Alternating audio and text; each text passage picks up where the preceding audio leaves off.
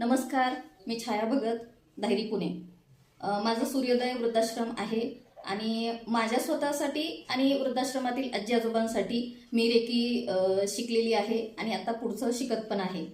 सागर Garve sir आणि आरती madam यांच्या कडून मी रेकी शिकते.